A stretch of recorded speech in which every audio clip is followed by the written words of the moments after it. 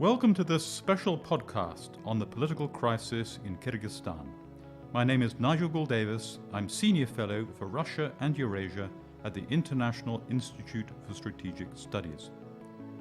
For the second time this autumn, a disputed election in the post-Soviet world has led to major upheaval. In Belarus, most of the population is mobilized in its demand for democratic change. In Kyrgyzstan, events have gone further, and the political order has turned upside down. Such precedents may have demonstration effects that affect stability in the wider region. Today I'm delighted to welcome Ambassador Edil Baisalov, the Ambassador of Kyrgyzstan to the United Kingdom, to discuss these tumultuous events in his country with us.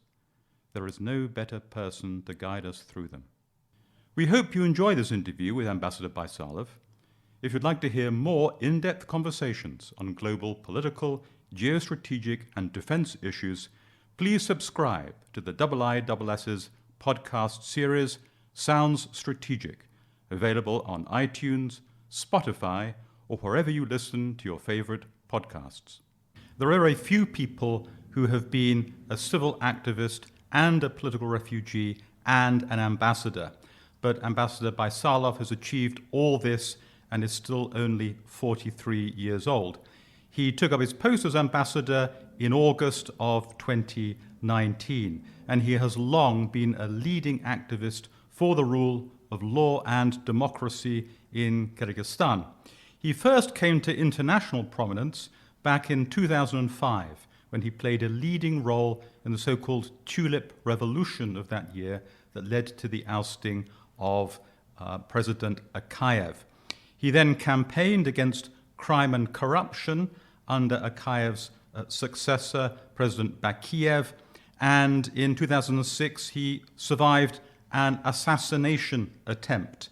That led him to be forced to leave Kyrgyzstan, where he was resettled by the UNHCR in Sweden. He was able to return to his country after Bakiev's ouster in 2010 and subsequently served as a minister in the government.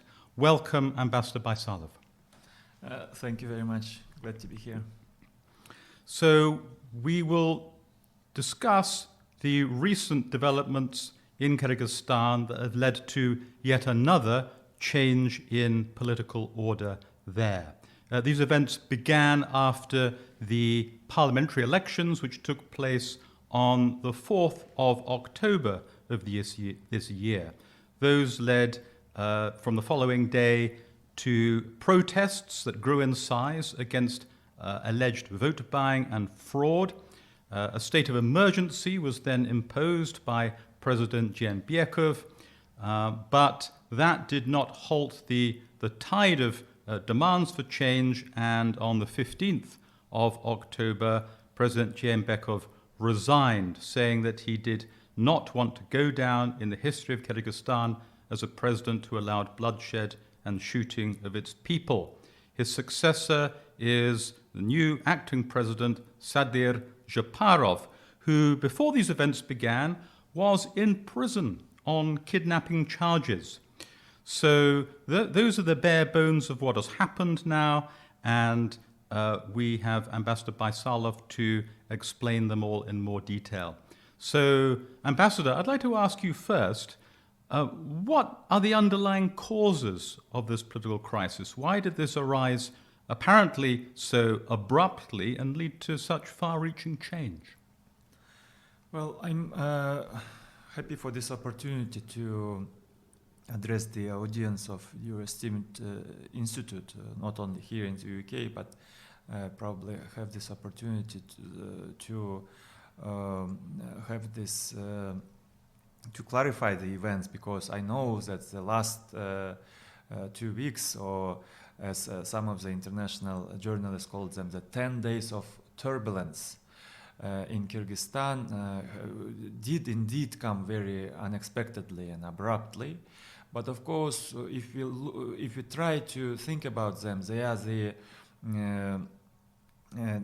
events in our in a series of events of our, you mentioned the 2005 ousting of our first president, and which was followed again by some unfortunate history under his successor Kurmanbek Bakiyev.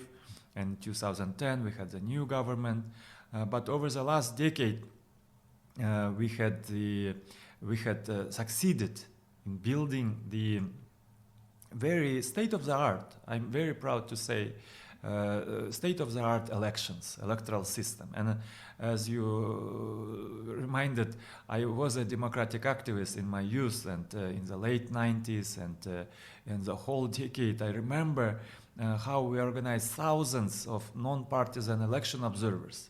And we were so powerless when elections would be just falsified. In our face, these precinct election commissions would just rewrite protocols, or we would see multiple voting.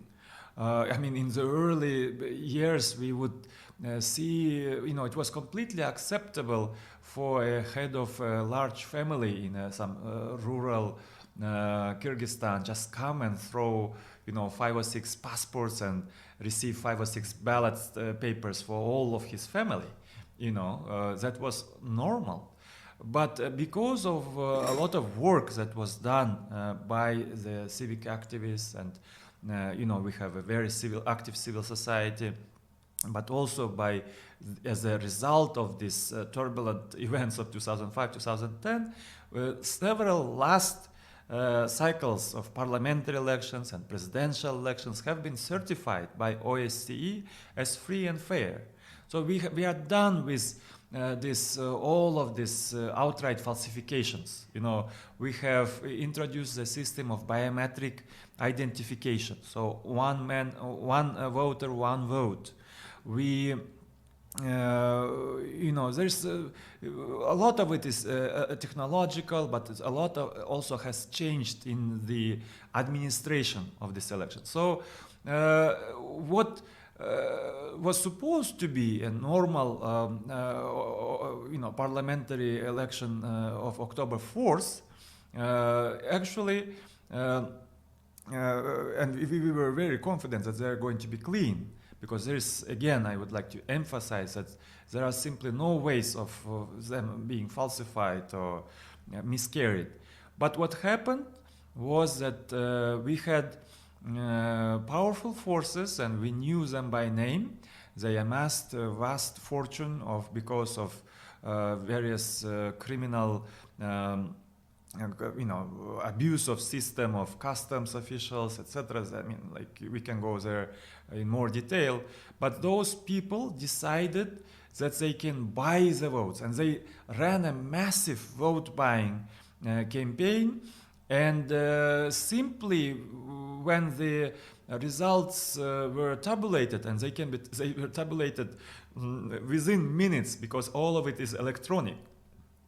And it was shocking result that 2 political parties close to these people and the previous administration, they monopolized the parliament with 91 seats out of 120, and it was a shock. It was a total shock, and then of course I'm sure for the few people it was a triumph that they felt overnight. That imagine owning 91 seats in the parliamentary system, and it was a very disappointing, but. The next day, the few political parties, first, they declared that they do not agree with that, and they started their rally at 2 p.m. near the Opera Theater, and then there was a parallel rally by some other political parties on the Central Square. And in the beginning, it all looked like some loser parties, some they just it's normal for them to feel wronged, or express a disagreement or disappointment. But it quickly escalated into a very, very which in a few hours it did look as a popular revolution. And these events have, they speed up because, first of all, because of Facebook, because of all the live streams, because of all the continuing conversation, because what before would take weeks to build up or to educate or to mobilize, now it takes, matter of hours.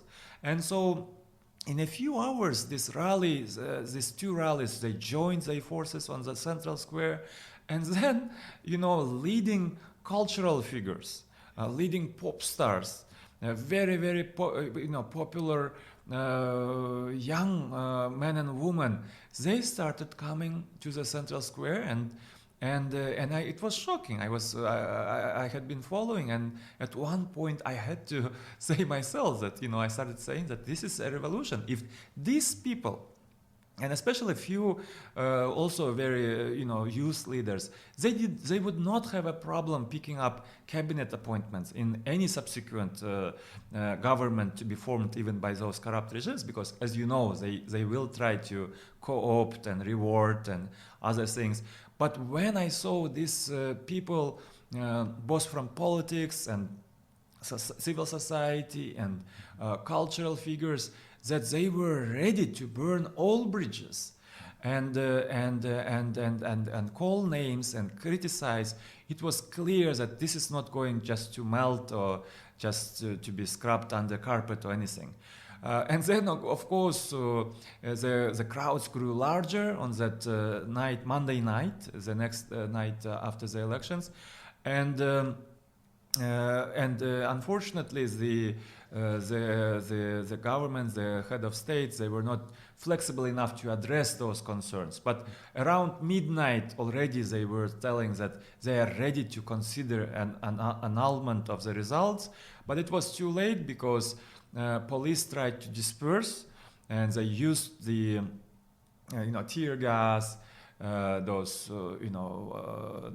grenades that make a lot of noise. I don't know, stun grenades. They had some water cannons, but I think I suspect they did not really know how to use them. And then when they started, when again it's all live streamed. We by several you could have dozens live streams from around that central square. In real time we were seeing pictures, and then I personally thought that okay, well, it's done, they are dispersed. But no, it continued for several hours, and what's important, a lot of people started mobilizing. Actually, more crowds came to the central square. And by around 3-4 a.m., the crowds were just so large, and some people say that our police just ran out of tear gas, and they just they gathered on the central square. It was a very, very, very large crowd, and it is a tradition when it is angry protesters. Probably they would have continued very peacefully. But because they were attacked, and there were quite a lot of people injured, some of them, not too many of them seriously, but unfortunately, tragically, one 19-year-old boy, he died, and his actually name was Umut, and Umut is hope in Kyrgyz and in our Turkic languages, and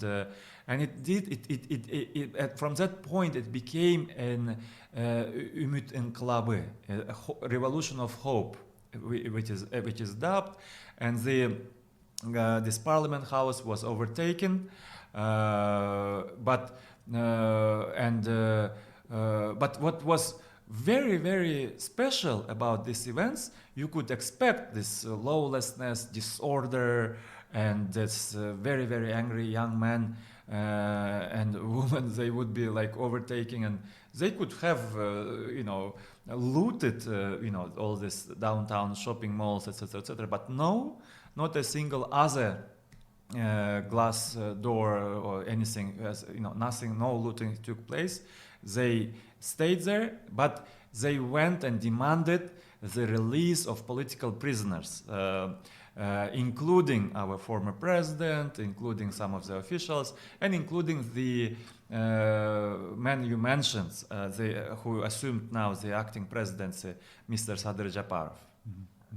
Okay, thank you. So you paint a very clear picture of a country with a vibrant civil society, where there is a firm expectation that elections will be conducted fairly, and in fact very effective technologies, electoral technologies, for ensuring that voting takes place properly. So a sense of outrage when those expectations are disappointed. No. It's the only way, when you cannot do this ballot stuffing, when you cannot do falsification, when you cannot do anything. The only way it remains, of course, is to offer money, is to bribe votes, is to buy votes. And of course, we are a developing country, and especially during this year of hardship of this global pandemic, it was easy for them to offer money to all this of our compatriots who could not resist, and them being honest people, still even in the with the secrecy of ballot, they were honest and voting the way they wanted.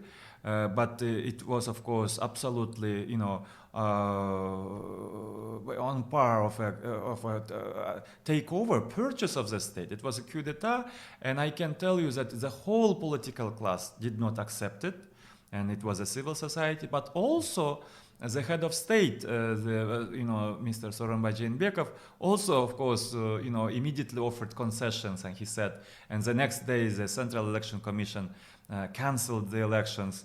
But already because of this huge release of this discontent, these revolutionary crowds, the energy was there, and it would sweep.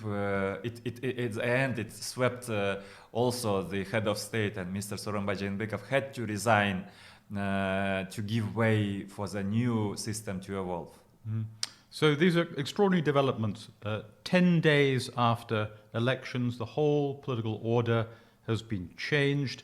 Where are we now? Is this crisis resolved? Can we say that political stability has been restored to Kyrgyzstan? Yes, I think we can take pride in that. The situation has been,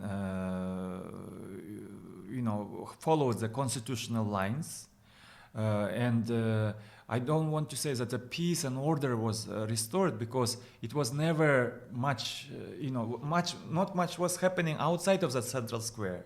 People were still had the baby strolls and the walks, and all the trading places were open, the government services continued. People felt secure, because what happened was only concerned around the government house and some of the rallies that continued non-stop for a while. But yes, the peace and order is there. The most importantly is the constitutional order. Everything followed the lines. We have the incumbent parliament. We resisted some of the ideas that we need to establish some revolutionary bodies who would assume some governance on behalf. We resisted that from the beginning, and we continue to recognize the legitimacy of the incumbent, the outgoing parliament. They are required to stay on until the new parliament is installed, and the process followed the constitutional lines, and now, according to the constitution, we will be appointing and holding the parliamentary and presidential elections sometime within 90 days, and most probably it is believed that the two dates will be held on the same day, both elections, and the process is totally inclusive. Everyone is participating, and not only the parliament, all the political forces, and the civil society. The dialogue is very active, and not only in the face-to-face meetings, but as I said, thanks to the modern technologies, the to all this Facebook and Twitter and YouTube, the discussion is very vibrant and non-stop. And what is very important that even with this situation, the new government and the presidency, they are repeating every day that they are not going to force through the unilateral decisions, that they are going to be taking they're going to be taking into account the opinion of everyone, so that everyone is included. Okay, so next steps are parliamentary elections again, because the results of the previous ones were annulled, but now also presidential elections as well. So the current acting president is Sadir Japarov. He was released from prison in the course of this recent turmoil. Can you tell us a little bit more about the acting president? Yes, there were some headlines, international headlines, and of course we understand that when our friends abroad, they hear the news that a convicted prisoner for kidnapping, he assumed the leadership. Of course, all kinds of pictures can emerge and misunderstandings arise. But I want to assure you that this gentleman is a mainstream politician. He was first elected to parliament in 2005. And as a young man, they formed a parliamentary group. And that parliamentary group actually played quite an important role in the subsequent events. And in 2010, actually, they formed the political party Atatürk, the fatherland, and actually they were victorious in those parliamentary elections in 2010, and they could have formed government already 10 years ago. But because of the different coalitions, and they were prevented from forming government. Why so many of them have been, now they have this conviction records or arrest records, and now they all look like criminals? It's not because they are criminal, nowhere close. They are very much politicians, very big, obviously with huge ambitions, but very, very much mainstream and responsible and a statesman. It was because of, you mentioned that I was very critical of the previous presidents of Almazbek Atambayev. During his time, under the slogans and with the pretext of fighting corruption, and with the pretext of the rule of law, so many trumped up charges were brought up against so many political leaders. And they would have been even serving members of parliament in violation of our constitutional principle of parliamentary immunity. They would have been easily arrested and charged, and what would be at most, like some emotional state of something like, there was, for example, a particular kidnapping charge conviction that led to his 11-year prison sentence for Mr. Sadir Japarov, was the case when there was this environmental rally against a transnational mining corporation in some provincial town, and there, in this heat of this environmental rally, they forced the provincial governor in a car and kept him there for several hours. And so and Mr. Japarov was not even there. But because the previous presidency wanted so much Japarov to be excluded from the politics, this case was open to him.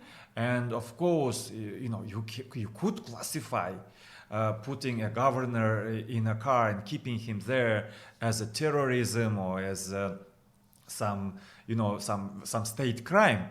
but assign responsibility for that for someone who was not there, and just trump up these charges of as if he were following some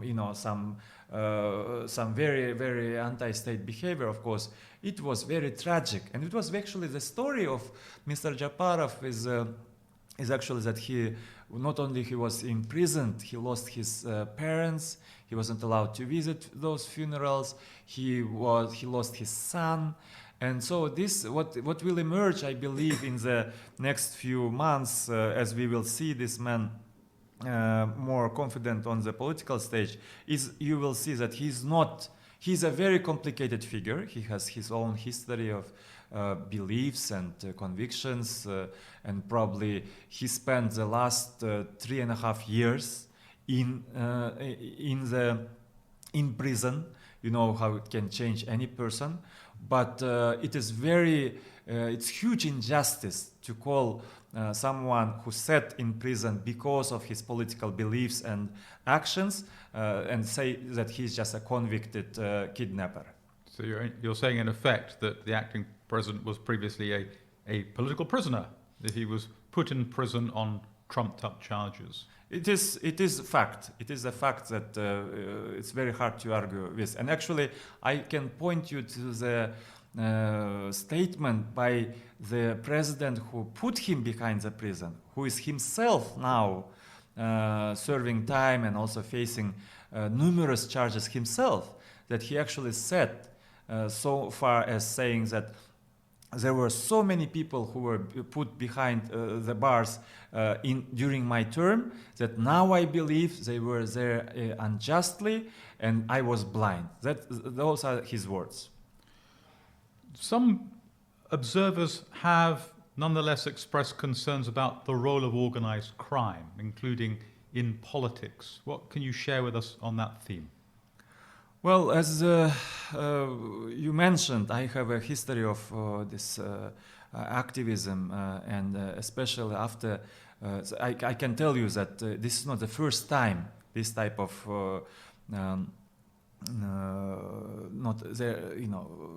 the talk of the organized crime and influence in Kyrgyz politics. It's not the first time it is being discussed internally or internationally, but yes, during this upheaval and some short periods of lawlessness after the collapse of the powers to be, of course there is this void and vacuum, and various groups emerge, some of with good intentions, some with bad, some of the in this very short periods, it will be, of course, some organized crime figures who will try to play their own role. And there was this period in 2005 and 2006 when we had a very powerful kingpin by name of Rıspek Akbatbayev, who also returned from he was at large and he just came back, and then he said that he was a patriot who was wrongfully pursued by this dictatorial regime of our first president, and then subsequently he started, of course, threatening people and terrorizing them and doing all sorts of anti-democratic things which we had to protest and organize rallies against and organize and protest that this organized crime should be playing such a high-profile role. So we dealt with that previous time, and I believe that the strength of the civil society in Kyrgyzstan and the state institutions, and especially police and our security forces, after they will shake,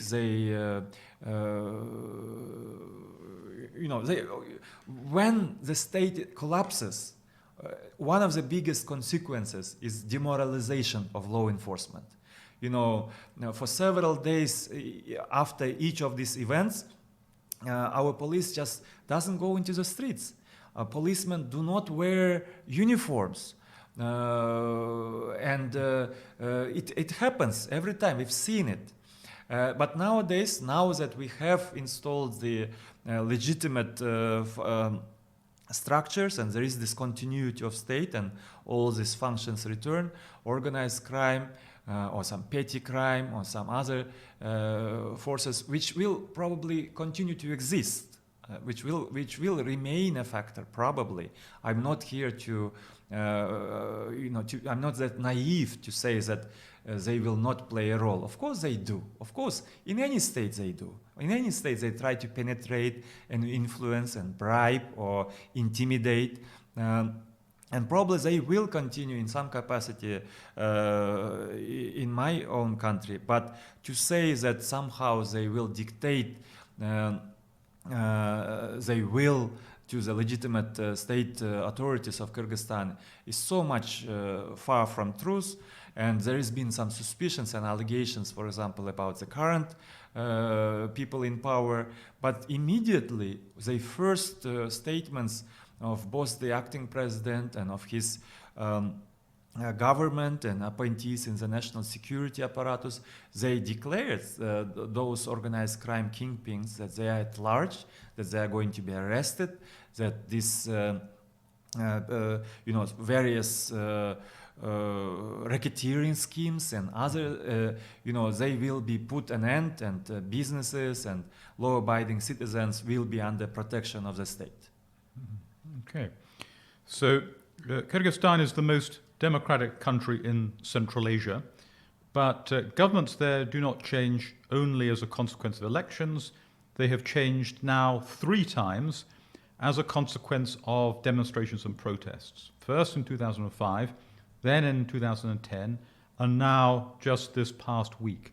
So why does Kyrgyzstan seem so prone to such upheavals? And is there any guarantee this won't happen again? Well, there are literally books written about, to answer your questions.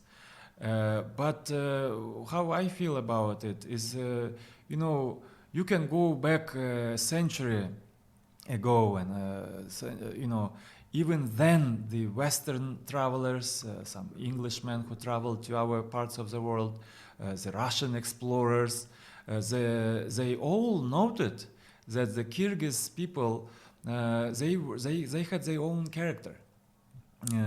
Us being nomadic people, we did not enjoy or strive for some material abundance. But what was important for us was that, some sense of justice and some sense of control of the way of the situation. We did not believe in hierarchical societies, or we did not have those systems.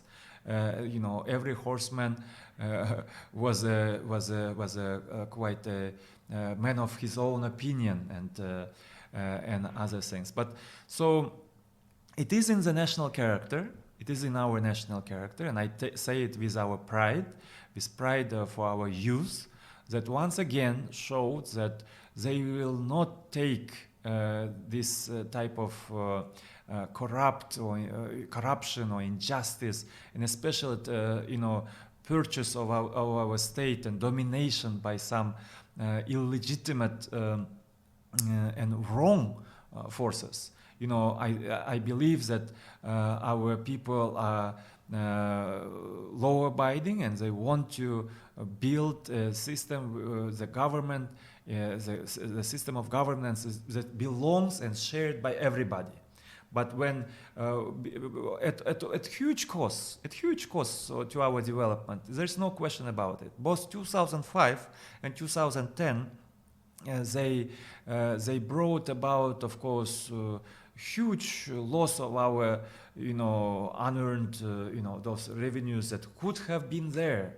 But these costs are accepted by our people, precisely because we believe there are some things more important than just economic well-being, and there's this sense of justice. So we have to view these events as as continuation of this series of events. And I think this is, as a very young country, we are continuing to build our nation.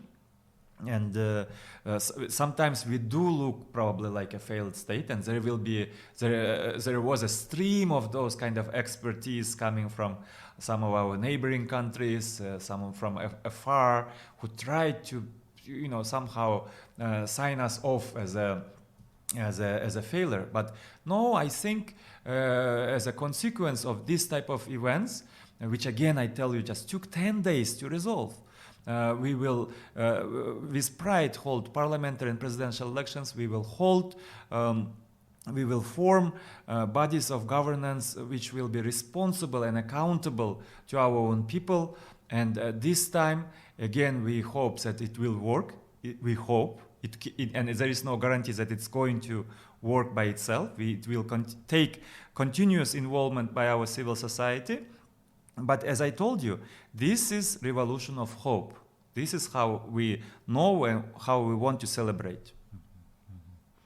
I'd like to finish by asking you about your own role during this crisis. Now, a lot of ambassadors would be tempted to keep a very low profile and be publicly very quiet when their country is undergoing fundamental political change.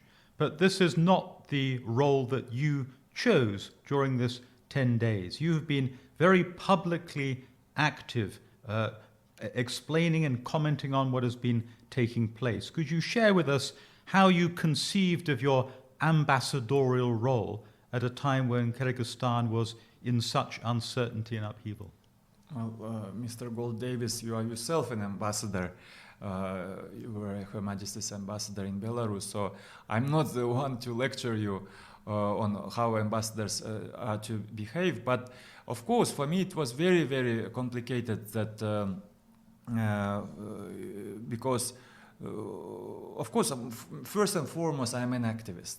I'm a politician. I have a huge stakes, personal stakes, but to be an ambassador, of course, I have to tell you, I had to moderate my public posture and explanation, but I could not just stay silent, and I tried to explain to the world that this is not the end of the state of Kyrgyzstan, that some of the headlines and some of the press descriptions that somehow pictured the place as a havoc and chaos and all the disintegration of state. But whereas in reality, it only took place in the central square. It did not affect the next street. And there were pictures, even when there was this, very loud news of military units entering our capital Bishkek. There were so many pictures of children playing on those tanks, not tanks, on these militarized, vehicles. So it was all very peaceful, and our people actually, while there were moments of fear, it could all disintegrate. It could all spiral down to violence and against all, and situation all against all. We were quite close to that, and we were very much worried. But thankfully, because of the responsibility of our political class, we avoided that situation. So I felt responsible, actually, as a diplomat, as an ambassador, to tell the story of my people to the world community, and especially. I think I came to appreciate importance of this post in London. Some other of my colleagues, of course, in other capitals, they can, they kept a low profile because there wasn't much to explain to, or actually even the audience itself, in those situations in some of the European capitals, they did not even notice what was happening in Bishkek. But because of the concentration of the world press in London, of the importance of analytical institutions like this institute, because of the character, importance, and the scale and the influence of your work and output, I had to engage the editors here, the media, the analysts, quite important figures, across the ocean and others to explain the situation. And the 10 days, it did pass. There is nothing that I'm going to say that it's over. Of course, this will continue. There will be a few episodes. But what is important that we have the constitutional process. We ensured the security and peace of our people, and we are on track to hold the democratic elections, I said, that have been certified as free and fair, very difficult to falsify. I'm sure there will be some attempts to vote buying in the next elections, but nothing of the massive monopolization that was attempted and could have been described as a coup d'etat. What happened, this revolution of hope, is not a coup d'etat by itself. It's actually prevention, a popular uprising to prevent and undo the takeover of government attempt by some criminal structures. Well, let's hope lessons have been learned and that the same mistakes will not be repeated, and we'll have peaceful and orderly and honest elections and stable government in the future.